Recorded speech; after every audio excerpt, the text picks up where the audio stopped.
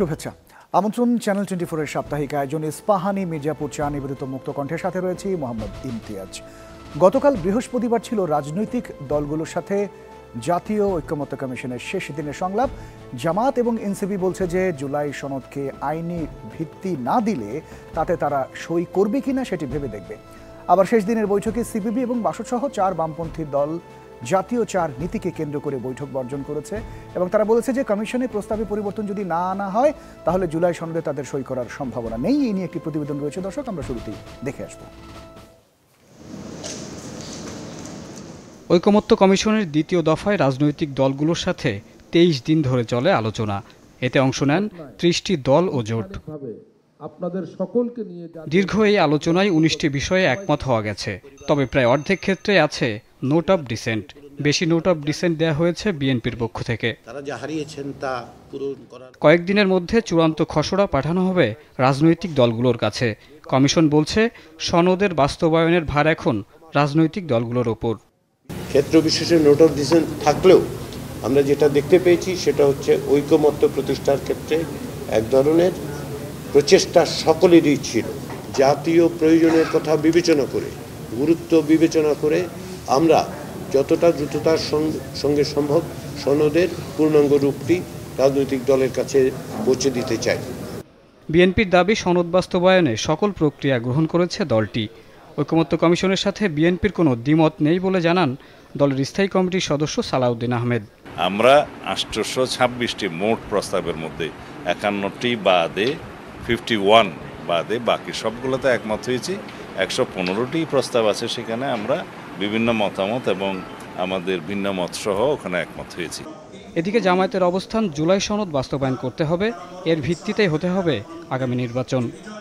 জুলাই গণ অভ্যুত্থানের অর্জনকে স্থায়ী, টেকসই এবং আরও সামনে এগিয়ে নিতে হলে এবং আওয়ামী সরকারের মতো ফ্যাসিস্ট শাসনের উদ্ভব যাতে না হতে পারে সেজন্য প্রথমেই প্রয়োজন মৌলিক রাষ্ট্রীয় সংস্কার। এজন্য প্রয়োজন দেশের রাজনৈতিক দলসমূহের বৃহত্তর ঐক্যমত গড়ে তোলা। জুলাই সনদ ও ঘোষণা দ্রুত বাস্তবায়ন করতে হবে। অবাধ ও নিরপেক্ষ নির্বাচনের লক্ষ্যে লেভেল প্লেইং ফিল্ড নিশ্চিত করতে হবে। দলগুলোর সাথে বিভিন্ন বিষয়ে আলোচনা 31 জুলাই শেষ করে জাতীয় ঐক্যমত্য কমিশন। রাষ্ট্র সংস্কারের 19টি মৌলিক বিষয় ঐক্যমত্যে পৌঁছানোর খবর এলেও জুলাই সনদে শেষমেশ কতগুলো রাজনৈতিক দল সই করবে তা নিয়ে তৈরি হয়েছে এক প্রকার সংশয় কতখানি, সম্ভাবনাই বা কতখানি, তা নিয়ে আমরা আজকে আলোচনা করব। আলোচনার জন্য আমরা আজকের বিষয় নির্ধারণ করেছি ঐক্য অনৈক্যের সনদ। এ নিয়ে আলোচনার জন্য সম্মানিত অতিথি হিসেবে 3 জন অতিথি আমার সাথে যুক্ত রয়েছেন। শুরুতেই আপনাদের সাথে পরিচয় করিয়ে দিব। রয়েছেন এনসিপির সিনিয়র যুগ্ম আহ্বায়ক আরিফুল ইসলাম আদিব এবং রয়েছেন বাংলাদেশ জামাত ইসলামের ঢাকা মহানগর দক্ষিণের সহকারী সেক্রেটারি এবং কেন্দ্রীয় মজলিস শুরা সদস্য ডক্টর মোহাম্মদ আব্দুল মান্নান এবং রয়েছেন দৈনিক সমকালের জ্যেষ্ঠ রাজনৈতিক প্রতিবেদক রাজীব আহমেদ। আপনাদের 3 জনকে অনেক ধন্যবাদ, আপনারা কষ্ট করে সময় দিয়েছেন। রাজীব আহমেদ, আপনাকে দিয়ে শুরু করব। সংস্কার প্রস্তাবে বাস্তবায়নের পদ্ধতি নিয়ে যে ভিন্নমত আমরা দেখতে পাচ্ছি তা নিয়ে টেবিল আলোচনা হয়েছে কিনা? আসলে না, ধন্যবাদ আপনাকে। ডিবেটে তো ভিন্নমত থাকবেই, কিন্তু এখানে 19টি না, এখানে 20টি হবে। জি, কারণ কমিশন 19টি বলছে, যদিও কমিশন প্রথমে প্রস্তাব করেছিল নির্বাচন কমিশন, কমিশনটাই ধরেছে, হ্যাঁ, দুর্নীতি দমন কমিশন, সিএজি, পিএসসি এবং ন্যায়পাল, এগুলো নিয়োগের জন্য একটা সাংবিধানিক কমিটি থাকবে, সাংবিধানিক নিয়োগ কমিটি। তো পরবর্তী সময়ে ইসিকে আবার আলাদা করা হয়েছে। তো ইসির জন্য যে সাংবিধানিক কমিটি গঠনের প্রস্তাব করা হয়েছে, prime minister, leader of the opposition, speaker এবং বিরোধী দলের ডেপুটি স্পিকার এবং চিফ জাস্টিসের প্রতিনিধি, এইটা বিএনপি মেনে নিয়েছে। কিন্তু বাকি যে 4টি আছে, পিএসসি, সিএজি আর নাইপাল এবং দুদক, এই 4টি বিএনপি মানেনি। এই কারণে এই দুটাকে সেপারেট ধরলে আসলে 19টি প্রস্তাব হয়, আসলে 20টি প্রস্তাব হয়। এইখানে আপনার যে 20টি প্রস্তাবের মধ্যে বিএনপি 4টি প্রস্তাবে রাজি নয়। তারা বলেছে এই প্রস্তাবগুলো তারা বাস্তবায়ন করবে না। 4টি প্রস্তাবে তারা রাজি নয়। 16টির মোটামুটি তারা একমত না, আপার স্পিয়ারে রাজি হয়নি। ওই দুদক যেটি বললাম সেটিতে রাজি হয়নি। এরকম 4টি প্রস্তাবে তারা রাজি হয়নি এবং 3টিতে নোট অফ ডিসেন্ট দিয়েছে, যেগুলোতে তাদের ভিন্নমত আছে, ভিন্নমত সহ রাজি হয়েছে। আর জামায়াত 1টি প্রস্তাবে রাজি হয়নি, আর এনসিপি 18টি প্রস্তাবে একমত, 2টিতে নোট অফ ডিসেন্ট দিয়েছে। তো এখন দেখেন যে আলোচনাটাই হচ্ছে, যে আপনি তো আলোচনা করলেন যে আপনারা এই বিষয়ে একমত, এই বিষয়ে দ্বিমত। এখন প্রশ্নটা হচ্ছে বাস্তবায়ন করবেন কিভাবে, এটি হচ্ছে সবচেয়ে বড় প্রশ্ন। কারণ ইতিমধ্যে জামায়াত, এনসিপি, তারপরে গণ অধিকার পরিষদ, ইসলামী আন্দোলন, তারা কয়েকটি দল জানিয়ে দিয়েছে যে তারা এই সনদে সই করবে না। যতক্ষণ পর্যন্ত এই সনদের কোনো লিগ্যাল বাইন্ডিং না থাকবে। যদি এই সনদকে বাস্তবায়নের দায়িত্ব আগামী সংসদের হাতে ছেড়ে দেওয়া হয় তাহলে তারা যাবে না। যেমন ক্যাটাগরিক্যালি কিছু তাদের আপত্তি আছে, যেটা হচ্ছে যে দেখেন জামায়াত দাবি করতেছে যে নিম্নকক্ষ পিআর হতে হবে ভোটের অনুপাতে, আবার এনসিপি দাবি করতেছে উচ্চকক্ষ পিআর হতে হবে। কমিশন একটা মাঝামাঝি জায়গায় এসে দিছিল যে উচ্চকক্ষটা পিআর হবে এবং উচ্চকক্ষের এখতিয়ার একটাই থাকবে, সেটি হচ্ছে সংবিধানের সুরক্ষা। আপনি যখন কনস্টিটিউশন অ্যামেন্ড করবেন, অ্যামেন্ডের সময় 2/3 বোথ হাউজে লাগবে। এখন এই জায়গাটা একদম বিএনপিটা ডেড এগেনস্ট। তো বিএনপি যদি আগামী নির্বাচনে জয়ী হয়ে ক্ষমতায় যায়, এখন বলা হচ্ছে যে সনদে থাকবে আগামী নির্বাচনে যেই দল জয়ী হবে, যে সরকার গঠিত হবে, সেই সরকার 2 বছরের মধ্যে এই সনদ বাস্তবায়ন করবে। তো আপনার যে প্রথম সিদ্ধান্ত, যেটা সবচেয়ে বড় সিদ্ধান্ত, আপার হাউস কি পিআর হবে কি হবে না, বা আপার হাউস হবে কি হবে না, এখন ধরেন বিএনপি ক্ষমতায় গেল, তো সে তো আগেই বলছে, আপনি তার দোষ দিতে পারবেন না যে আপনি এটা বাস্তবায়ন করেননি, কারণ সে তার আগেই বলছে আমি এটা বাস্তবায়ন করবো না। তাহলে কি হবে? অ্যান্ড বাকি দল যে বলতেছে যে এটা বাস্তবায়ন করতেই হবে। তো এইটা নিয়ে যে একটা ডেডলক ক্রিয়েট হয়েছে, আমি এটা বহুদিন কাভার করতেছি, আমি যেটা দেখতে পারতেছি যে এটা নির্বাচনকে অনিশ্চয়তার মধ্যে ফেলবে। কারণ সনদে না হওয়া পর্যন্ত আপনি নির্বাচনের দিকে যেতে পারতেছেন না। তো নির্বাচনের দিকে যেতে গেলে আগে সনদের বিষয়টা ফয়সালা হতে হবে। এখন এটা পলিটিশিয়ানদের হাতে, তারা ঠিক করুক তারা কি করবে। আচ্ছা, সেক্ষেত্রে মানে আপনি কোনো আশার আলো দেখেন কিনা? দেখেন 20টার মধ্যে 11টাতে একদম শতভাগ একমত হয়েছে, 30টা দলের মধ্যে 30টা দলই একমত হয়েছে। তো এটা কি বাংলাদেশ এটা কম বড় একমত নাকি? আপনি এই দেশে হচ্ছে 2 জন মানুষের চায়ের কাপে চিনি কয় চামচ হবে সেটাতে একমত করতে পারেন না। সেই জায়গায় 11টা প্রস্তাবে আপনারা কমপ্লিটলি একমত হয়ে গেছেন। যেমন জুডিশিয়ারি ইন্ডিপেন্ডেন্ট, এই জায়গায় সব দল একমত হয়েছে। আবার আপনি এতদিন যেটা ছিল যে দলীয় বিবেচনায় প্রধান বিচারপতি নিয়োগ, সুপার সিটের ঘটনা ঘটছে, খায়রুল হক চিফ জাস্টিস হয়ে গেছে, সৈয়দ মাহমুদ হাসান চিফ জাস্টিস হয়েছে, তারপরে নানান রকম রায় আসছে। এখন তো একটা জায়গায় তো রাজনৈতিক দলগুলো আসছে যে জামায়াত, এনসিপি, ইসলামী আন্দোলন সহ দলগুলোর প্রস্তাব হচ্ছে যে সিনিয়র মোস্ট যিনি অ্যাপেলেট ডিভিশনে উনি চিফ জাস্টিস হবেন। বিএনপির বক্তব্য হচ্ছে যে সিনিয়র মোস্ট 2 জনের মধ্যে একজন। কাছাকাছি তো আসছেন, একটা জায়গায় তো আসছেন। আবার দেখেন একটা যেটা নিয়ে মোটামুটি ডেডলক তৈরি হয়েছে যে পরবর্তী তত্ত্বাবধায়ক সরকারের চিফ অ্যাডভাইজার আপনি কীভাবে ইলেক্ট করবেন বা কীভাবে নিয়োগ করবেন। তো বিএনপি এবং অন্যান্য দলগুলো তো এই পর্যন্ত রাজি হয়ে গেছে যে 5 সদস্যের একটা কমিটি হবে, প্রধানমন্ত্রী, বিরোধী দলের নেতা, স্পিকার, ডেপুটি স্পিকার এবং 3rd লার্জেস্ট পার্টির প্রতিনিধি। তারপরের পদ্ধতি কি? কমিশন প্রস্তাব করছে তারপরে হচ্ছে 4-1 ভোট হবে, যদি সেটা না হয় তাহলে 2 জন জাস্টিসের সঙ্গে যোগ হবে, যদি সেটা না হয় তাহলে র্যাঙ্ক ভোট হবে, র্যাঙ্ক চয়েস ভোট হবে। তো র্যাঙ্ক চয়েস ভোটে তো 17-18টা দল একমত হয়েছে। এখন বিএনপি একমত হয় না, কিন্তু 5 সদস্যের কমিটি পর্যন্ত একমত আছি আমরা সব দল যে 5 সদস্যের কমিটি হবে। পরেরটা কী হবে সেটা নিয়ে দ্বিমত আছে। তো বাংলাদেশ যেখানে একটা শুধু বাংলাদেশ, এটা জাতিগতভাবে 99% মানুষ আমরা বাঙালি হলেও এক ভাষায় কথা বললেও আমাদের মধ্যে যে রাজনৈতিক বৈচিত্র্য এবং এত বেশি মতবিরোধ, এর মধ্যেও দলগুলো 23 দিন কোনো রকম মারামারি করা ছাড়া একসঙ্গে বসেছে, কথা বলেছে, আলোচনা করেছে, যার যার দ্বিমত জানিয়েছে, ওয়াকআউট করেছে, নোট অফ ডিসেন্ট দিয়েছে।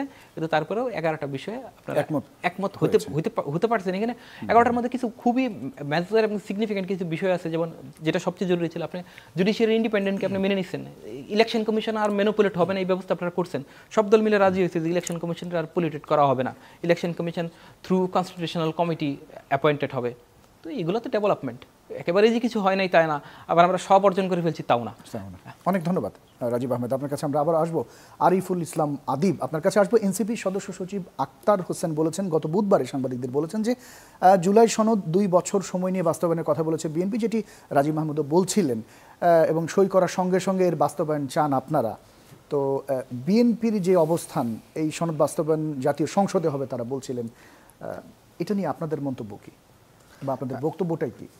আমরা এটি শুধু গত পরশু নয়, আমরা পূর্ব থেকে বলে আসছিলাম, বাংলাদেশের রাজনৈতিক বাস্তবতায় সাধারণ জনগণ, মানে আমি এখানে দুই ধরনের শ্রেণী হিসাবে যদি আমি বলি, একটা হচ্ছে যারা রাজনৈতিক দলগুলোর সাথে যারা ডিরেক্ট কঠোর সমর্থক হিসাবে থাকেন, তারা একটা জনগোষ্ঠী থাকেন, আরেকটা হচ্ছে যারা সিভিল সোসাইটি বা সাধারণ জনগণ, যারা একেবারে সাধারণ, যারা আসলে কোনো দল থাকে না দিন শেষে, তাদের একটা আলাদা শ্রেণী আছে।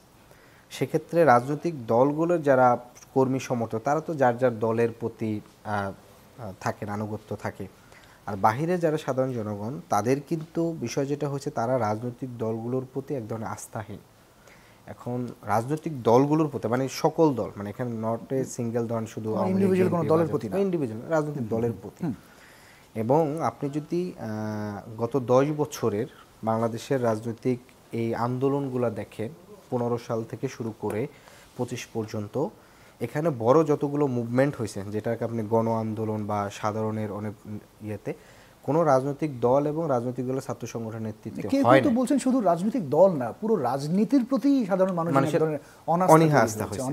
এবং সবচেয়ে ইন্টারেস্টিং বিষয় হচ্ছে এই যে অন্তর্বর্তী সরকারের সময় মাঝে মনে একটা রিপোর্ট হয়েছিল যে 177টা না যেন কতটা আন্দোলন হয়েছে, যে যার যত দাবি আছে, মানে তৃতীয় শ্রেণীর কর্মচারী বলেন, চতুর্থ শ্রেণীর ডিপ্লোমা বলেন, মানে যাদের যত ধরনের যত ক্ষোভ আছে সব তারা আন্দোলন করছে। তো এটার পিছনে অন্যতম একটা কারণ ছিল যে তাদের বক্তব্য ছিল যে এই সরকার যেহেতু নিরপেক্ষ, তাহলে সে নিরপেক্ষ জায়গা থেকে আমাদের দাবিগুলো মেনে নিবে। তার এখানে কিন্তু আরেকটা সাইন কিন্তু আপনার প্রকাশ পায় যে তার মানে নির্বাচিত সরকারের প্রতিও সাধারণ জনগণের একটা এক ধরনের অনাস্থা থেকে যায়। এবং আমাদের যে পদ্ধতিতে, যে সংসদীয় পদ্ধতিতে এখানকার যে নির্বাচন হয়, এখানে যেটি হয় যে আপনার সংসদে মেজরিটি আপনার 35%, সর্বোচ্চ 35 থেকে 37% ভোট পাইলে মোটামুটি সংসদে আপনার মেজরিটি চলে আসে, অনেক সময় 2/3ও চলে আসে, 40% সর্বোচ্চ। আমাদের এখানে যে 3টায় নির্বাচন হয়েছে, তাহলে দেখেছে যে দেশটা যারা শাসন করে এরা সবসময় 35% সমর্থনে শাসনটা করে, বাকি যে 65% তারা হচ্ছে ক্ষমতার বাহিরে থাকে। ফলশ্রুতিতে সবসময় এখানে সরকারি দল সবসময় অজনপ্রিয় থাকে, মানে সে যেই সিদ্ধান্তই নেক না কেন তাকে একটা আন্দোলন 65 থাকে। তো এই যে ধরেন একটা মেজর এই যে সমস্যাটা, সেই জায়গা থেকেই কিন্তু অনেকগুলো দলই প্রস্তাব করেছিল যে সংখ্যানুপাতিক নির্বাচন হোক। অধিকাংশ দল বলেছে সংখ্যানুপাতিক নির্বাচন হোক, অর্থাৎ যে যত শতাংশ ভোট পাবে তার সংসদে সেই অনুপাতে আসন থাকবে। তো জাতীয় ঐক্যমতের ক্ষেত্রে সেক্ষেত্রে একটা জায়গায় এসে আলোচনাটা দাঁড়িয়েছে যে ঠিক আছে, তাহলে কেউ চাচ্ছে পুরোটা সংখ্যানুপাতিক, কেউ চাচ্ছে যে কোনো সংখ্যানুপাতিক হবে না, তাহলে এটার মাঝামাঝি অবস্থানটা হচ্ছে যে দুই দ্বিকক্ষ বিশিষ্ট সংসদ করে উচ্চকক্ষে আপনার হচ্ছে পিয়ারটা হোক, যে যত শতাংশ পাবে 100টা আসন থাকবে, যে দল যত শতাংশ ভোট পাবে তার অতজন ওখানে থাকবে, আসন থাকবে, বাকিটা হচ্ছে বর্তমান সিস্টেম হবে। তো এইটার ক্ষেত্রে যেটা হচ্ছে যে ধরেন এখানে বিএনপি তো বলছে যে তারা উচ্চকক্ষে পিয়ার চায় না, এবং বেশ আরও কয়েকটা তারা নোট অফ ডিসেন্ট দিয়ে রাখছে। তো বিষয় যেটি হচ্ছে যে আপনার যদি এই মৌলিক এই দাবিটা যদি না মানা হয়, এবং আপনি বলছেন যে এটা কেন আপনারা সিগনেচার করবেন না, আমরা তো 90-এর গণ অভ্যুত্থান দেখেছি, সেখানে 3 জোটের রূপরেখা ছিল, সেই রূপরেখায় আইনের শাসন, গণতান্ত্রিক চর্চা, আপনার হচ্ছে গণমাধ্যমের স্বাধীনতা, অনেক সুন্দর সুন্দর কথা লেখা ছিল। এবং যেই প্রক্রিয়ায় হচ্ছে সরকার হচ্ছে নির্বাচিত হয়েছে, আসিয়া দেখেছে তত্ত্বাবধায়ক সরকারও তখন করার কথা ছিল, সেটাও পরবর্তীতে হয় না। এবং পরবর্তীতে দেখা গেছে যে সরকারের সাথে যে জোটে ছিল জামাত, তারা এক ধরনের জোট থেকে সরে গিয়ে হচ্ছে কিন্তু এই তত্ত্বাবধায়কের জন্য আওয়ামী লীগ সহ তারা কিন্তু একটা আন্দোলনে গেছে, এবং দেখেছি যে মাত্র 15 দিনের জন্য একটা জাতীয় নির্বাচন করে শুধুমাত্র একটা আইন করার জন্য আবার ধরেন একটা জাতীয় নির্বাচনের দিকে এগোতে হচ্ছে। তাহলে এখানে সমস্যাটা হচ্ছে যে আমাদের এখানে ক্ষমতা হস্তান্তরের যে প্রক্রিয়ায় যেই দলই যত জনপ্রিয়তা নিয়ে আসুক না কেন, ক্ষমতা হস্তান্তরের সময় তার একটা গড়িমসি শুরু হয়ে যায়, মানে সে কোনোভাবেই ক্ষমতা হস্তান্তরটা আরেকজনের উপর বিশ্বাস করতে পারে না। এখন এটা তো অন্য দল বিশ্বাস করবে পরের কথা, তার নিজ দলের যে কলিগ, সে কলিগের উপরই সে বিশ্বাস করতে পারে না। কেন বিশ্বাস করে? সে চিন্তা করে যে আমি এখন একটা দায়িত্বে থাকবো, আরেকজনের ভারপ্রাপ্ত দিবে, এ তো মনে হয় 3 মাস 6 মাসের ভিতর দলের নিয়ন্ত্রণ নিয়ে আমাকে মনে হয় দল থেকে মাইনাস করে দিবে। এই যে ধরেন একটা মনস্তাত্ত্বিক যে অবিশ্বাস নিজ দলের কলিগের প্রতি প্রতি, তো সেই জায়গায় আপনি কিভাবে বিশ্বাস করতেছেন যেখানে আপনার প্রিভিয়াস হিস্ট্রি আছে, আপনি কমিটমেন্ট দিয়ে কমিটমেন্ট ব্রেক করার, যে আপনি 2 বছর বসে আপনি হচ্ছে এই কমিটমেন্টটা মান্য করবেন, এইটা কিন্তু একটা গুরুত্বপূর্ণ। ফলে আমাদের পক্ষ থেকে বারবার বলা হচ্ছে যে শুধু আমি স্বাক্ষর করলাম, সেই স্বাক্ষরের ভিত্তি, এবং কি এখানে বিএনপি প্রথমে বলেছিল, আমরা প্রথম থেকে বলে আসছি যেটা সাংবিধানিক ভিত্তি দিতে হবে, আইনি ভিত্তি দিতে হবে। তারা প্রথমে বলছিল যে সংবিধানের ঠিক আছে আমরা প্রস্তাবনা এটা পরবর্তীতে যুক্ত করব, এখন যেটা সে বলতেছে এটা রাজনৈতিক স্বীকৃতি দেওয়া হবে, রাজনৈতিক কমিটমেন্ট দেওয়া হবে, কিন্তু কোনো এবং তারা এটাও বলছেন যে আইনি ভিত্তির এই মুহূর্তে প্রয়োজন নেই, সুযোগও নাই, এই কথাগুলো বিএনপি পক্ষ থেকে বলা হচ্ছে। সুযোগও নাই। এটা নিয়ে আপনার সাথে আবার আলাপ করবো। আমরা একটু ডক্টর আব্দুল মান্নান আপনার কাছে একটু আসতে চাই। জুলাই সনদের খসড়া সকল রাজনৈতিক দলের কাছে পাঠানো হয়েছিল, জামাতের কাছেও পাঠানো হয়েছে। এখন আইনি ভিত্তি না দিলে জুলাই সনদে সই করবে না জামাতের পক্ষ থেকে বলা হচ্ছে, আপনারা বলছেন। এমনকি অন্তর্বর্তী সরকার এবং ঐক্যমত্য কমিশনের বিরুদ্ধে মামলার বিষয়েও আপনারা বলছিলেন। একটু আপনাদের বর্তমান অবস্থানটা একটু জানতে চাই। জি, আপনাকে ধন্যবাদ। আপনার এই চ্যানেলের মাধ্যমে দেশবাসী সবাইকে ধন্যবাদ জানাই। আমি আমার আলোচনার শুরুতেই আমাদের আমিরে জামাত অসুস্থ হয়ে হাসপাতালে আছেন, আগামীকাল ওনার মেজর একটা অপারেশন আছেন। দেশবাসীর কাছে ওনার সুস্থতার জন্য দোয়া চাই। এবং আজকের দিনটা আমাদের জন্য একটা ঐতিহাসিক কালো দিন। এই দিনে 1 আগস্ট, এই জুলাই আগস্ট এই অভ্যুত্থানে আন্দোলনকে সামনে রেখে বাংলাদেশ জামাত ইসলামী এবং তার যাবতীয় অঙ্গ সংগঠনকে নিষিদ্ধ করে দেওয়া হয়েছিল। 6 সমন্বয়ক এই দিন মুক্তি পেয়েছিলেন। এই দিনটি জাতির কাছে খুব একটি ঐতিহাসিক দিন। আপনি অত্যন্ত ক্লিয়ার একটা প্রশ্ন করেছেন যে ঐক্যমত্য কমিশনের যে মিটিংগুলো হলো, দেখেন আমরা রাজনৈতিক দলগুলো সবাই এখানে সময় দিয়েছেন, শ্রম দিয়েছেন, মেধা দিয়েছেন। আমাদের আবিদ ভাইও বলতেছিলেন যে আমরা যদি আইনি ভিত্তি না পাই, এটাকে সিগনেচার করে যদি আমরা টেবিলের ড্রয়ারের ভিতরে রেখে দিই, এটা যদি কখনোই বাস্তবায়নের মুখ না দেখে, তাহলে এই কাগজের এই সময়ের মূল্য কী? নাম্বার 1। নাম্বার 2 হচ্ছে আমাদের যে প্রায় 2000 শহীদ, 30,000 আহত এবং অসংখ্য মানুষের যেই রক্তদান, এটার স্পিরিটটা কী, তাদের বক্তব্য কী? আপনারা যদি খেয়াল করে দেখেন যে বাংলাদেশের যতগুলো দল শহীদ পরিবার নিয়ে কাজ করেছে এবং তাদের বক্তব্য শোনার চেষ্টা করেছে, তারা কিন্তু কেন জীবন দিয়েছে এটা বলেছে। তারা বলছে যে বাংলাদেশে আর কখনো যেন কোনো দিন ফ্যাসিস্ট তৈরি হতে না পারে, কেউ ফ্যাসিস্ট না হতে পারে, বাংলাদেশের গণতন্ত্রকে কেউ কোনো দিন যেন আর হাইজ্যাক করতে না পারে। তাহলে সেই জন্য আমাদের আইনগত ব্যবস্থা নিতে হবে। বাংলাদেশের রাজনৈতিক দলগুলোর দীর্ঘ 54 বছরের যে ইতিহাস আছে, এই ইতিহাস প্রমাণ করে না যে আমরা শুধুমাত্র রাজনৈতিক একটা কমিটমেন্ট দিব বা অঙ্গীকার করব, এটার মানে এগেনেস্টে আমরা ক্ষমতায় যে সেটা পুরোপুরি বাস্তবায়ন করব, এটা বাংলাদেশের জনগণ বিশ্বাস করে না। তাই যদি হতো তাহলে তো কমপক্ষে থেকে তো বলা হচ্ছে যে এই বর্তমান যে ইন্টারিম গভর্নমেন্ট আছে তাদের সাংবিধানিক বৈধতা দেওয়ার আসলে কোনো এখতিয়ার নেই। হ্যাঁ, তাহলে যদি আমরা বিএনপির কাছে এটা পাল্টা প্রশ্ন করি, তাহলে কি বর্তমান এই গভর্নমেন্টের কি কোনো সাংবিধানিক বৈধতা আছে? ওনারা কিভাবে এটাকে দেখছেন? এই গভর্নমেন্ট তো বাংলাদেশের মানুষের মানে 18 কোটি মানুষের মানে কনসার্ন নিয়েই তৈরি হয়েছে এবং ডক্টর ইউনূস তো এদেশের মানুষরা বসিয়ে দিয়েছেন। এদেশে তো একটা রাজনৈতিক শূন্যতা তৈরি হয়েছে, ফ্যাসিস্ট পালিয়ে গিয়েছে, তো জায়গা তো এদেশের মানুষ কি রাখতে পারে না? তাহলে এখানে তো কোনো নির্বাচন হয় নাই, কোনো প্রকার হয় না। এটা আমাদের বিচার ব্যবস্থার মাধ্যম দিয়ে সাংবিধানিক যে ধারাটা, এটা রক্ষা করার জন্য বাংলাদেশের সর্বোচ্চ আদালতের মাধ্যম দিয়ে এটা প্রতিষ্ঠিত হয়েছে। সেক্ষেত্রে আপনারা চাচ্ছেন যে এনসিপি সেই জায়গা যদি আমরা বলি, তাহলে শহীদ প্রেসিডেন্ট জিয়াউর রহমান যখন ক্ষমতায় এসেছিলেন, আসার যেই মুভমেন্টটা ছিল, এর পরবর্তীতে এসে ওনারা কিন্তু এগুলো কিন্তু আইনি বৈধতা দিয়েছেন। তাহলে বাংলাদেশের মানুষের কাছে তো চাইলে এই সরকার রাজনৈতিক দলগুলো যদি ঐক্যমত হয়ে যায়, তাহলে আমরা তো একটা গণভোটের আয়োজন করতে পারি, আমরা তো জনগণের কাছ থেকে এটার ম্যান্ডেট নিয়ে নিতে পারি, তাহলে তো এখানে আর কোনো শূন্যতা থাকে না। আর যদি আমরা এই অঙ্গীকার করি যে আমরা সংবিধানে এই জিনিসগুলো সন্নিবেশিত করব, বুঝতে পেরেছি। এবং আপনার কাছে সাংবিধানিক স্বীকৃতি দেব, তাহলেই না জনগণ এটাকে গ্রহণ করবে। আপনার কাছে আমরা আবারও আসবো, ছোট্ট একটা বিরতি নিয়ে আসতে চাই। দর্শক, ছোট্ট একটা বিরতির সময় হলো, ফিরছি একটু পর, সাথেই থাকবেন নিশ্চয়ই। বিরতির পর আরও একবার স্বাগত ইস্পাহানি মির্জাপুর চা নিবেদিত মুক্ত কণ্ঠে, সাথে রয়েছে মোহাম্মদ ইমতিয়াজ। আমরা আজকে আলাপ করছি ঐক্য অনৈক্যের সনদ এই বিষয়টি নিয়ে। রাজীব আহমেদ, আপনার কাছে আসতে চাই। সাংবিধানিক প্রতিষ্ঠানে নিয়োগ পদ্ধতি বদল এবং উচ্চকক্ষে পিআর পদ্ধতি, এই দুটি প্রস্তাবের সঙ্গে একমত হয়নি বিএনপি। এ বিষয়ে কমিশন এখন কি করবে আসলে? আমি আপনার একটু সময় নিব।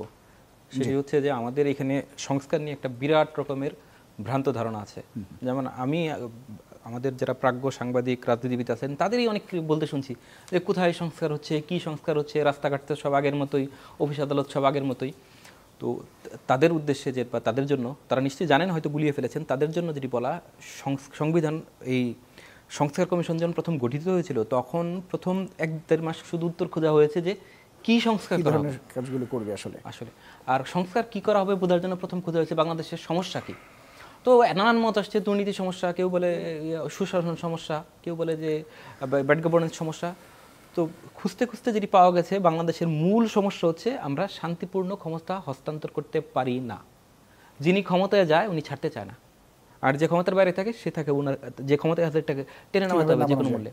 আচ্ছা, যে ক্ষমতায় থাকে সে তার ক্ষমতাকে চিরস্থায়ী করার জন্য যে কাজগুলো করে সেটা হচ্ছে পুলিশ, প্রশাসন, সশস্ত্র বাহিনী, এদের সবাই পলিউটেড করে, এবং সাংবিধানিক প্রতিষ্ঠানগুলোকে যে তোমার যা ইচ্ছা করো, তুমি শুধু আমার 5 বছর পর পর আমি ক্ষমতায় টিকে থাকার জন্য আমার সাপোর্ট করো, আর তোমার কিছু করতে হবে না।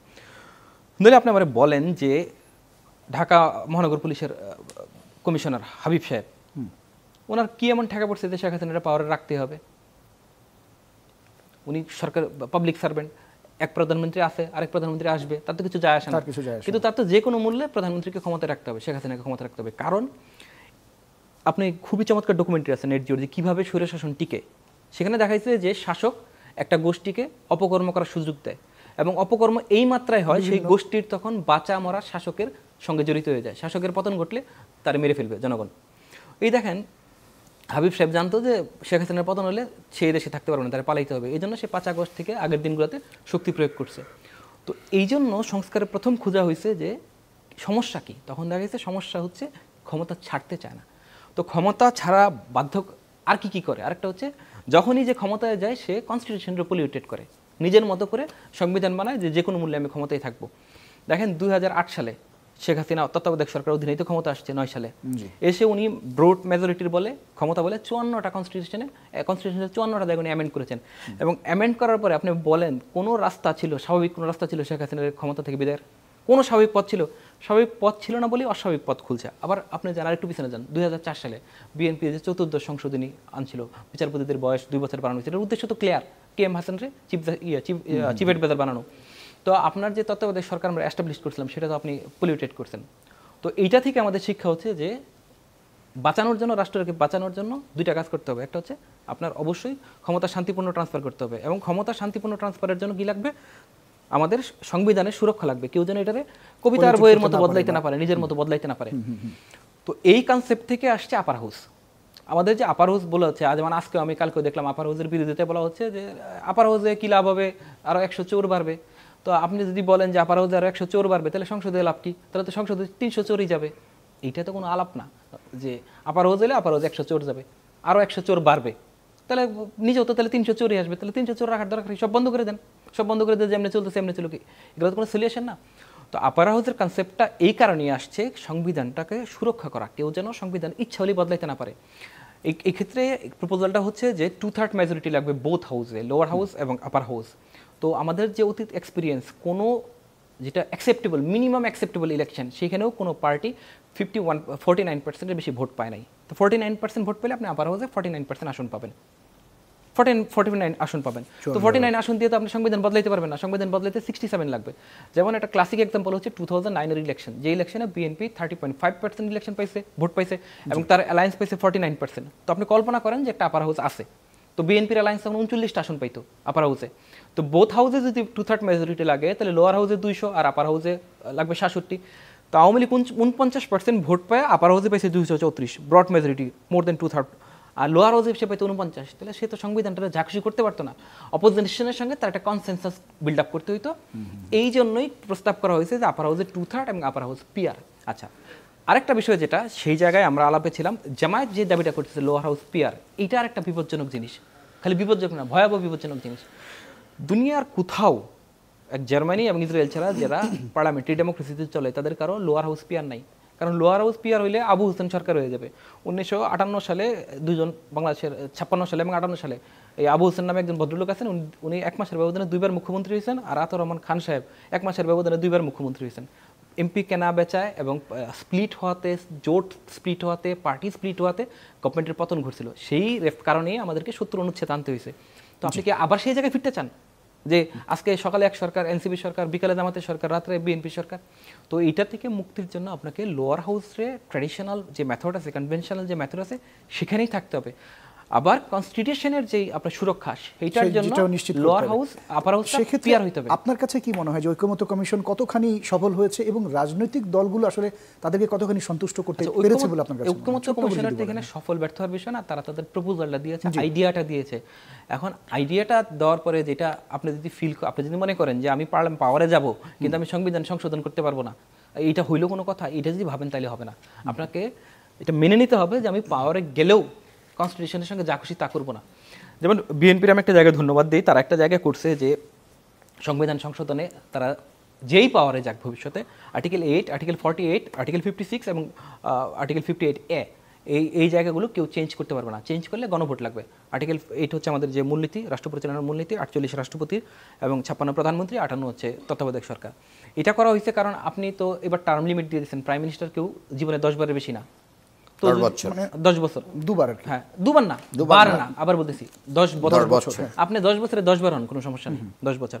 এটার একটা এক্সপিরিয়েন্স যেটা হচ্ছে টার্কির যে কনস্টিটিউশন ছিল সেখানে ছিল প্রাইম মিনিস্টার 10 বছর, তো আর দোকান 10 বছর থেকে ফেলছেন। তারপর উনি কনস্টিটিউশন চেঞ্জ করে ফেলছে, চেঞ্জ করে আবার থাকতে হবে, রাষ্ট্রপতি শাসন ব্যবস্থা চলে গেছে। তো এটা যেন আপনি করতে না পারেন, সেই জন্য আর্টিকেল 48ও যদি আপনি ভবিষ্যতে চেঞ্জ করেন, মানে রাষ্ট্রপতি শাসন ব্যবস্থায় ফিরতে চান, তাহলে গণভোট লাগবে। এই বিএনপি ক্রেডিটটুকু পাবে। কিন্তু আপার হাউসের পিয়ারে তারা রাজি নিল, কনস্টিটিউশনের আপনার যে সেফগার্ড সেটার জন্য রাজি নিল। আরেকটা যেটা বড় জায়গা আমি শেষ করি, সেটা হচ্ছে দুদক। যেটা বিএনপির যে আর্গুমেন্ট সেটা হচ্ছে যে দুদক, পিএসসি, সিএজি, ন্যায়পাল, এটা এক্সিকিউটিভের কাছে থাকতে হবে, প্রাইম মিনিস্টারের কাছে থাকতে হবে, না প্রাইম মিনিস্টার অনেক উইকার হয়ে যাবে। দেখেন ইলেকশন কমিশন, আমরা সব দল আলোচনা করে বিএনপি প্রথমে রাজি ছিল না, পরে রাজি হয়েছে যে সরকারের নিয়ন্ত্রণের বাইরে যাওয়া। কারণ আমাদের অতীতের অভিজ্ঞতা হচ্ছে যে প্রাইম মিনিস্টার যদি ইলেকশন কমিশনে নিয়োগ করে, সেই ইলেকশন কমিশনের কাছ থেকে কিতাবে যাই লেখা থাকুক আপনি ফ্রি ফেয়ার ক্রেডিবল ইলেকশন পাবেন না। আমি আপনাদের গ্যারান্টি দিয়ে বলতে পারি দুনিয়ার সবচেয়ে শক্তিশালী election commission Bangladesh election commission. Article 126 পড়েন, সেখানে বলা আছে নির্বাচনকে সুষ্ঠু করার জন্য নির্বাহী বিভাগের কাছে যেইভাবে চাইবে নির্বাহী বিভাগ ওইভাবে অ্যাক্ট করতে বাধ্য থাকিবে। তো এইরকম একটা ক্ষমতা দেওয়ার পরেও, তফসিল হওয়ার পরে আল্লাহর পর সবচেয়ে শক্তিশালী নির্বাচন কমিশন, তো কমিশন কি সেই ক্ষমতা ব্যবহার করছে? কমিশন প্রাইম মিনিস্টারের জেলে পাঠিয়ে দিতে পারে তফসিল হওয়ার পরে, আর নির্বাচনী আচরণবিধি ভঙ্গ করলে জেল দিয়ে দিতে পারে। কমিশন নির্বাচন চলাকালে কমিশন নিজে আদালত হয়ে যায়, আদালতের সমান্তর ক্ষমতা হয়ে যায়। অনেক ধন্যবাদ। তো আপনি তো সেটা করতে পারেন নাই, কারণ বসাইছেন হচ্ছে একদম নিজস্ব ব্যক্তিকে। এখন দুদকেও যদি দুদকরে যেভাবে ব্যবহার করছেন যে বিরোধী দলের দমনের জন্য, সেই ক্ষেত্রে দুদকেরও আসলে স্বাধীনতা দরকার। দুদকেরও এরকম কোন একটা ইন্ডিপেন্ডেন্ট আপনার অ্যাপয়েন্টমেন্ট বডি থাকা উচিত। জি, অনেক ধন্যবাদ, চমৎকার করে উত্তর পেয়েছি রাজীব আহমেদ। আরিফুল ইসলাম আদিব, আপনার কাছে আসব। আজকে একটা সমাবেশে বিএনপির স্থায়ী কমিটির সদস্য মির্জা আব্বাস একটা প্রশ্ন তুলেছেন। তিনি বলেছেন যে বর্তমান অবস্থা দেখে তার কাছে মনে হয় যে এই সরকার এনসিপির সরকার। এটা নিয়ে আপনি একটু মন্তব্য জানতে চাই। ধন্যবাদ আপনাকে আবারও জানাচ্ছি। আব্বাস ভাই যে অভিযোগটা তুলেছেন, মানে এখানে বিষয় যেটি হয়েছে আসলে যে রাজীব ভাই একটা বলছেন যে আসলে আপনি যখন গণতান্ত্রিক প্রক্রিয়ায় সরকার পতনের কোনো পথ আপনি রাখেন না, তখন একটা অস্বাভাবিক প্রক্রিয়া, অস্বাভাবিক বলতে কি গণ অভ্যুত্থানের মাধ্যমে ওদের এই সরকার বিদায় নিয়েছে। ফলে যেটি হয়েছে যে আমি আজকেও একটা প্রোগ্রাম ছিল, সেখানে বক্তব্যে বলেছিলাম যে একটা রাষ্ট্রে সরকার জনগণের মাঝে অনেকগুলো ওয়াচডগ থাকে, যারা নিরপেক্ষ জায়গা থেকে দেখে, যে সরকারের সমালোচনা করে, জনগণের পক্ষে দাঁড়ায়, বিভিন্ন সিভিল সোসাইটি বলি তাদেরকে আমরা, বা বিভিন্ন প্রতিষ্ঠান আছে। তো ইন্টারেস্টিং বিষয় হচ্ছে যে আপনি দেখেন গত 15 বছরে, মানে জুলাই আগস্ট 2000 শহীদ বাদ দিলে, প্রায় এই ফ্যাসিবাদের মাধ্যমে বিএনপি, জামাত এবং অন্যান্য দল মানে অনেকগুলো গণহত্যার শিকার হয়েছে। শাপলা বলেন, আপনার পিলখানা, এগুলো বড় আকারে বিচার বহির্ভূতভাবে, এবং সেটা 8,000-এর বেশি বিএনপি পাবলিশ করছে। তাদের 47 নেতাকর্মী নানাভাবে হত্যাকাণ্ডে সে গুম খুন শিকার, জামাতের 1300, এরকম আরও অনেক মিলে। আপনি লেখক হত্যা হয়েছে, লেখক মুস্তাক 2020 সালে।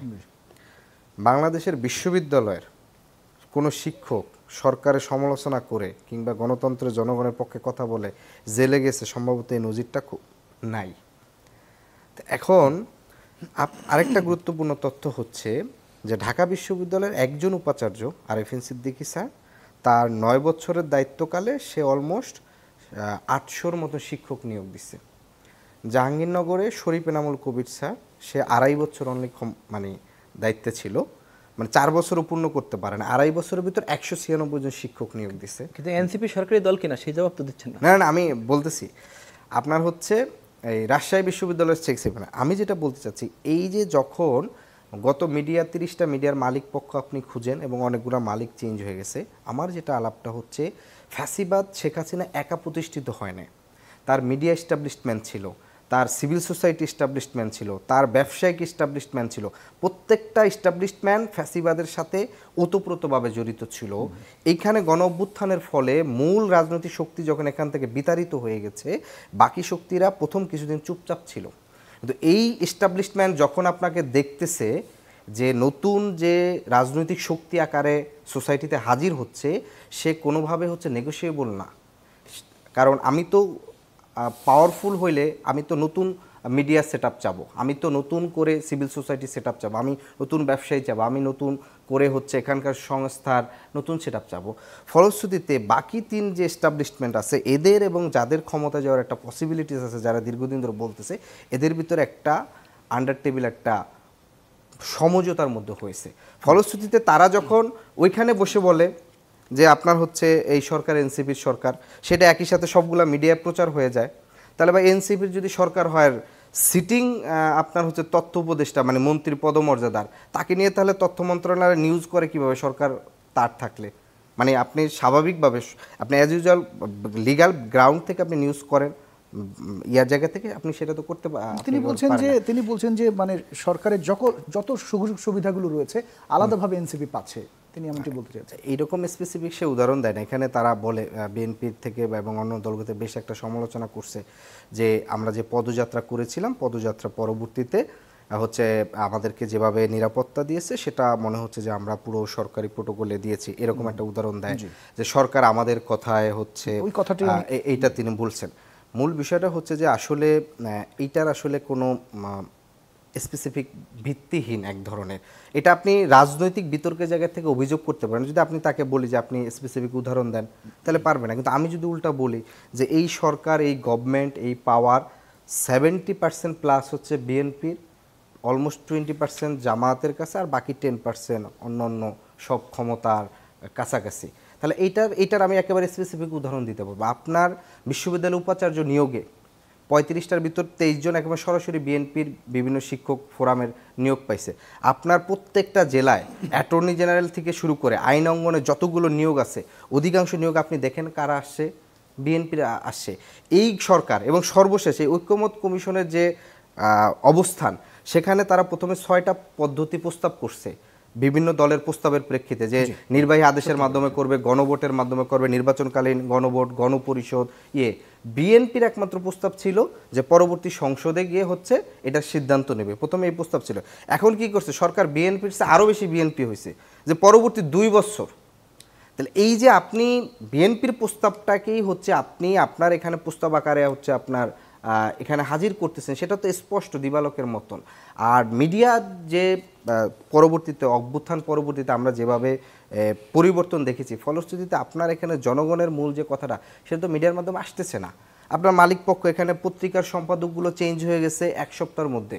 অনেক ছাত্র নেতাদের আমার স্পষ্ট মনে আছে, আমি তখন লিয়াজু কমিটির তথ্য দেখছিলাম যে হচ্ছে এক প্রেস ক্লাবের হচ্ছে আব্দুল হান্নান মাসুদ, আব্দুল কাদের এবং আরেকজন, 3 জনের নাম দিয়া একটা চিঠি ইস্যু করে প্রেস ক্লাবের এক লগে হচ্ছে কমিটি পুরো চেঞ্জ করে ফেলাইছে। চেঞ্জ করে ফেলায় হচ্ছে ধরেন তাদের মতন করে হচ্ছে নতুন সদস্য নিয়োগ দিয়েছিলেন।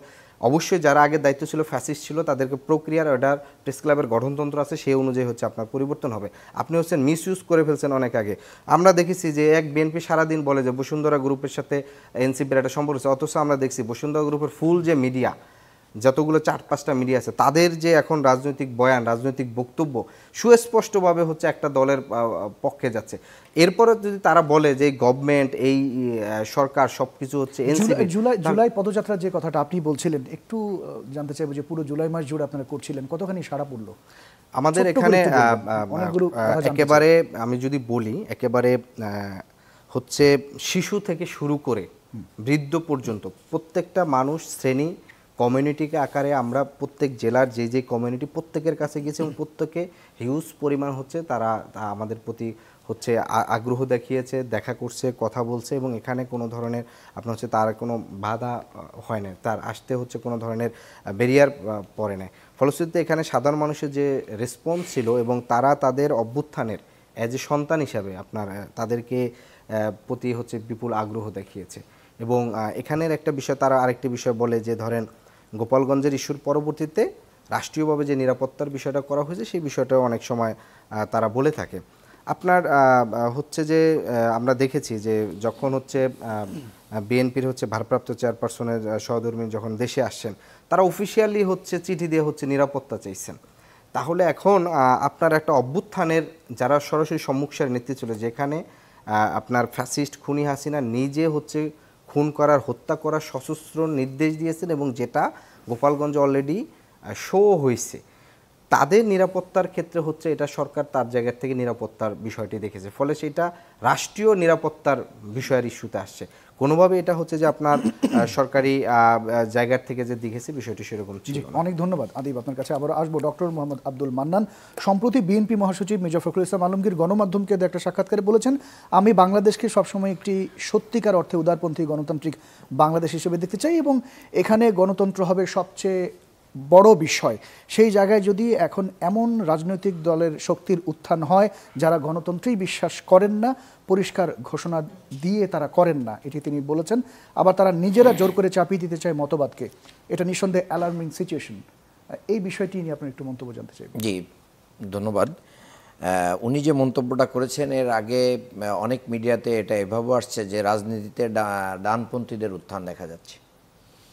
তো আমি যদি ওনারা আমাদেরকে মেইন করেন বা ইসলামপন্থীদেরকে মেইন করেন, তাহলে আমার বড় প্রশ্ন, 4 দলীয় জোট সহ এই দীর্ঘ সংগ্রামে আমরা তো ওনাদের সাথে ছিলাম, আমরা তো আমাদের আদর্শ আপোষ করে ওনাদের সাথে ছিলাম না, তাহলে তখন কি আমরা গণতন্ত্রকামী ছিলাম?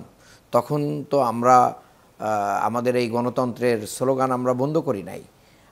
আমরা এখনও যেরকম গণতন্ত্রের স্লোগান দিচ্ছি তখনও দিতাম।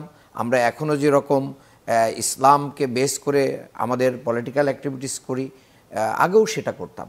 সো দ্যাট আমার মনে হয় উনি নিজের বক্তব্য নিজেই লজ্জিত হবেন, কারণ আমরা তো আদর্শ পরিবর্তন করি নাই, ওনারা বরঞ্চ আদর্শ পরিবর্তন করতে চাচ্ছেন। অনেক জায়গায় না করতেছেন, তো না করতে করতে এখন দেখতেছেন যে বাংলাদেশের মানুষ, বিশেষ করে ওনাদের চাঁদাবাজি, ওনাদের খুন, ওনাদের দখল, ওনাদের যে বাণিজ্য আছে, এই যে জায়গাগুলোকে ঢাকার জন্য এখন জনগণের কনসেন্টকে ওনারা ভিন্ন খাতে নিয়ে যেতে চাচ্ছেন।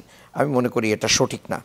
এরপরে আমি যে বিষয়টাকে একটু আনতে চাই সেটা হচ্ছে, দেখেন 19টি বা 20টা বিষয়ে যে আমাদের ঐক্যমত্য কমিশনে আলোচনা হয়ে প্রায় 9টা বিষয় এখান থেকে কিন্তু ঐক্যমত্য হয় নাই। বিএনপি সরাসরি মানে নোট অফ ডিসেন্ট দিয়েছেন। তাহলে এই জায়গাগুলো বিএনপি ক্ষমতায় গেলে, যেটা রাজীব ভাই স্পষ্ট করে বলেছেন, তারা তো বলবেই যে আমরা তো এটা চাই নাই, সো দ্যাট আমরা ক্ষমতায় এসে আমরা কি মানে এটা তো আমরা বাস্তবায়ন করবো না, এটা তো আমাদের ম্যান্ডেট না। তাহলে জনগণের ম্যান্ডেট যদি সেটা হয়, সেই ম্যান্ডেটটা রাজনৈতিক দলগুলোর সাথে ঐক্যমতে না আসলে আগামী নির্বাচনটা বাধাগ্রস্ত হবে, গণতন্ত্র ক্ষতিগ্রস্ত হবে, বাংলাদেশ ক্ষতিগ্রস্ত হবে। বিশেষ করে বাংলাদেশকে নিয়ে যারা বিভিন্ন রকমভাবে খেলতে চেয়েছিল, গত রাত্রেই দেখেছেন যে আমাদের 35% শুল্ক ট্যারিফ যেটা ছিল সেটা 20% নেমে এসে বাংলাদেশের ব্যবসায়ীরা স্বস্তি প্রকাশ করছে, জনগণ স্বস্তি প্রকাশ করছে।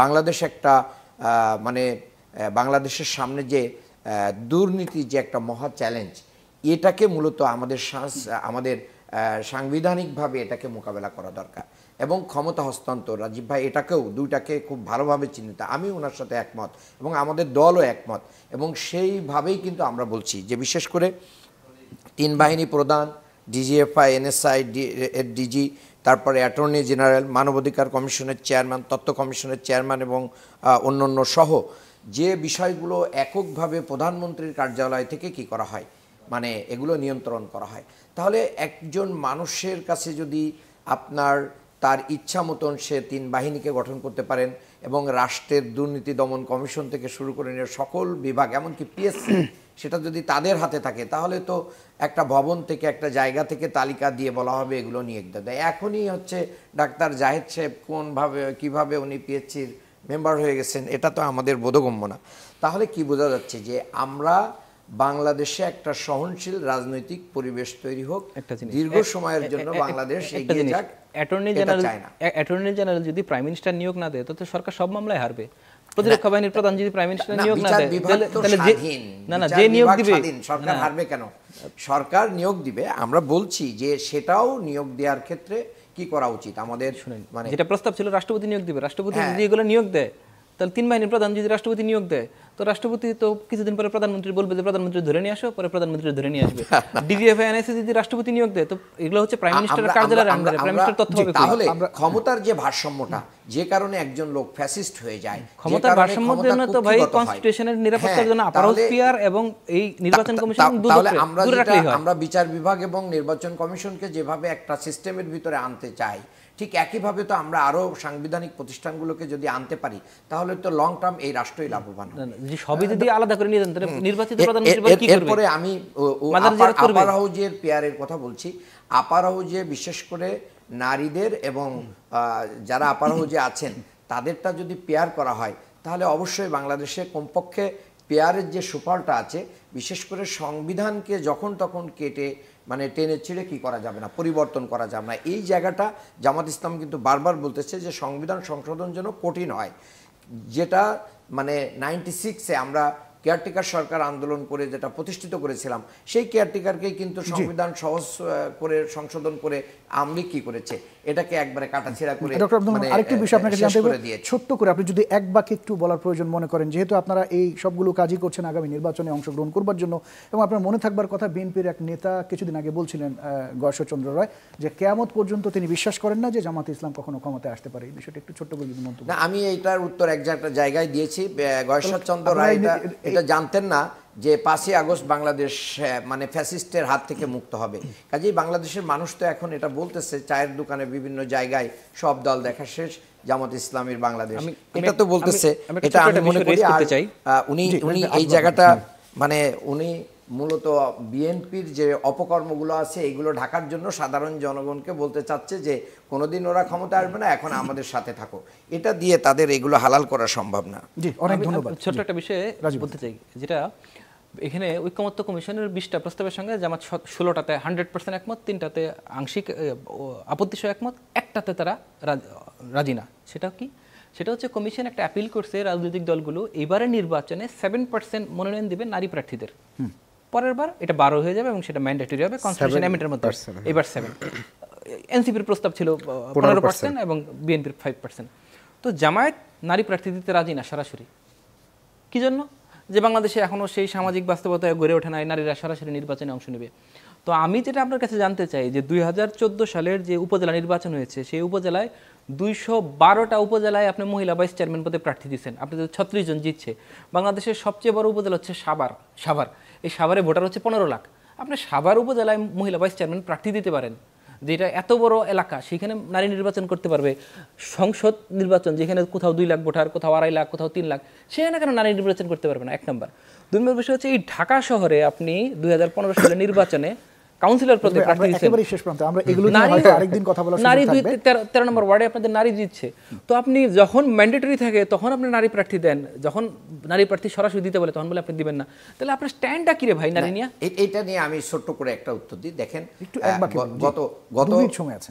গত ইয়েতে সংসদে দেখা গেছে যে একজন নারী পার্লামেন্ট মেম্বার তিনি তার ছেলে মেয়ের না, কাছ ভাই, থেকে আপনি তো কি সরাসরি- লিখে নিয়ে আসছেন সরাসরি- সেটা পড়তে পড়তেই তার অবস্থা খারাপ এটা তো হয়ে গেছে। সরাসরি তো নির্বাচনের জন্য। বাংলাদেশে অবশ্যই কোয়ালিফাইড নারীরা আসবে, ইসলাম এটাকে ব্যারিয়ার মনে করে না। না, না, আগামী দিনগুলোতে সুযোগ আসলে এটার পরিবেশ তৈরি হলে আমাদের আপনি এটা যে আরো ভাইস চেয়ারম্যান প্রার্থী দিয়েছিলেন তারা কি আনকোয়ালিফাইড ছিল? না, আনকোয়ালিফাইড না, তারা নির্বাচিত হয়েছে। রাজীব তো আমরা- তাদের আমরা এমপি একটু পদে কেন এখন দিবেন না? এটা আমরা দ্বিমত করেছি, অর্থ এই না যে এটা দিয়ে আমরা একবারই ফুল স্টপ করে দিয়েছি। আপনারা ফুল স্টপ করেছেন, আমরা রাজি না, মানবো না। ঠিক আছে, বর্তমান সিচুয়েশনে রাজি না। রাজীব আহমেদ, আপনার কাছে আমরা একটা বিষয় একটু আসতে চাই। আজকে হয়তো সোশ্যাল মিডিয়া এবং বিভিন্ন গণমাধ্যমে আপনি খেয়াল করেছেন যে সেনাবাহিনীর একজন মেজরের বিরুদ্ধে 8 জুলাই বসুন্ধরা সংলগ্ন কেবি কনভেনশন সেন্টারে গোপন একটা বৈঠকের কথা হয়েছে এবং আলোচনা হয়েছে। সেখানে আওয়ামী লীগ অবসরপ্রাপ্ত সাবেক কর্মচারীরা প্রায় 300 থেকে 400 জন নেতাকর্মীকে প্রশিক্ষণ দেওয়ার একটা বিষয় উঠে এসেছে গণমাধ্যমগুলোতে। এই বিষয়টা নিয়ে একটু জানতে চাই। ঘটনাটা 8 ছোট্ট জুলাই করে, সময় আছে আমাদের। হ্যাঁ, ঘটনাটা 8 জুলাইয়ের তখন থেকেই আমরা মোটামুটি শুনতেছিলাম। সেটা হচ্ছে যে আওয়ামী লীগের যারা আছে এখন এই মুহূর্তে তাদেরকে একটা ট্রেন আপ করা। কি ট্রেন আপ করা? যে 15 বছর তারা শাসন ক্ষমতায় ছিল, তারা তো কখনো আন্দোলন করতে হয় না 15 বছরে। তো বিষয়টা হচ্ছে যে আপনি কীভাবে রাস্তায় হুট করে 50 জন জমায়েত হবেন, 1 মিনিটের মধ্যে ঘটনা ঘটায় কীভাবে চলে যাবেন, এইসব বিষয়ে তাদের একটা মক ড্রিল ট্রেনিং হয়েছে। তো ওইখানে শুধু একজন আর্মি অফিসার নয়, এখানে একজন এএসপিও ছিলেন, একজন নারী এএসপি। আমি ওনার ওয়াইফ, হ্যাঁ, এটা শোনা যাচ্ছে। এটার সঙ্গে আরো মেজর সাদিকের হ্যাঁ wife। হ্যাঁ আরো কিছু ব্যক্তি জড়িত ছিলেন। এটা এসবি এটা ফাইন্ড আউট করেছে, এসবি এবং সিআইডি। দেখেন, সেটা হচ্ছে যে শেখ হাসিনা চলে গেছে, তো আওয়ামী লীগের লোকজন তার চলে যায়নি, শেখ হাসিনার সমস্ত লোকজন তার চলে যায়নি। তারা নতুন করে আবার গোছানোর কাজগুলো, নতুন করে যে গোছানোর কাজ করতেছে, এটা তো আমাদের সবার ব্যর্থতা। রাজনৈতিক, আমি ল অ্যান্ড অর্ডার ব্যর্থতা বলতেছি না। না 5 তারিখ যখন বাংলাদেশে এই ঘটনা ঘটলো, আপনার তখন কি করা উচিত ছিল? সবার আগে করা দরকার ছিল রিকনসিলিয়েশন। আওয়ামী লীগের তো ভাই দেশে 1 কোটি মানুষ আছে, 50 লাখ আছে, 20 লাখ আছে তো আপনাদের কি করবেন? বঙ্গোপসাগরে ভাষায় দেবেন? তো সে যখন দেখবে এই যে ওনারা এতদিন যেভাবে ফিল করছেন যে আমি আর ক্ষমতায় যাইতে পারবো না, সুতরাং আমাকে একটা অভ্যুত্থান করতে হবে, তো সেও তো একই চিন্তা করতেছে, আমি আর ক্ষমতায় যাইতে পারবো না, আমার এমন কিছু একটা করতে হবে। তো ইমিডিয়েট ওয়ে হচ্ছে, এবং যদি আপনি কালকে করেন তাহলে একদিন বিলম্বে, আজকে থেকে আপনাকে রিকনসিলিয়েশন প্রসেস শুরু করতে হবে। অনেক ধন্যবাদ। যারা অপরাধ করছে তারা অনুশোচনা করে ক্ষমা নিবে। আদিল, আপনার কাছে 30 সেকেন্ড একটু জানতে চাইবো, 30 সেকেন্ডে। না, এখানে আমরা যেটি বিষয় বলছি যে আপনি যদি স্বাধীনতার পরবর্তীতে 54 বছরে আওয়ামী লীগের নীতি গ্রহণ করা দেখবেন, এটা কখনোই বাংলাদেশের স্বাধীনতা সার্বভৌমত্বের প্রতি শ্রদ্ধাশীল ছিল না। তারা বরঞ্চ প্রতিবেশী রাষ্ট্রের নিরাপত্তা কিভাবে জোরদার করা যায়, সেটা দেশের জনগণের ক্ষতি করে হইলেও সেটার প্রতি সবসময় তারা লক্ষ্য ছিল। ফলশ্রুতিতে আওয়ামী লীগ কোনো রাজনৈতিক সংগঠন হিসেবে না, বরং এটা একটা জঙ্গিবাদী এবং সন্ত্রাসবাদী সংগঠন। বিএনপি তো রিকনসিলিয়েশনের কথা বলছে, আপনারা কেন রিকনসিলিয়েশন চান না? থেকে হচ্ছে আপনার আওয়ামী লীগের যারা সমর্থক পর্যায়ে ছিল, যারা আসলে সরাসরি অপরাধের সাথে জড়িত ছিল না, তাদের রিকনসিলিয়েশনের মধ্যে দিয়ে তাদেরকে একটা অনেক ধন্যবাদ আরিফুল ইসলাম আদিব, ধন্যবাদ ডক্টর মোহাম্মদ আব্দুল মান্নান, ধন্যবাদ রাজীব আহমেদ। দর্শক আপনাদেরকে অনেক ধন্যবাদ। রাজনৈতিক দলগুলোর মধ্যে যে মতপার্থক্য, সেই সংশয় দেখা দিয়েছে, সেই সবকিছুকে যদি আমরা পাশ কাটিয়ে জুলাই সনদে স্বাক্ষর করবেন, এটা আমরা প্রত্যাশা করি। আজকের মতো বিদায় নিচ্ছি, সবাই ভীষণ ভালো থাকবেন। আগামী সপ্তাহে নতুন বিষয় নিয়ে, নতুন অতিথি নিয়ে আবারও হাজির হব, দেখা হবে নিশ্চয়ই।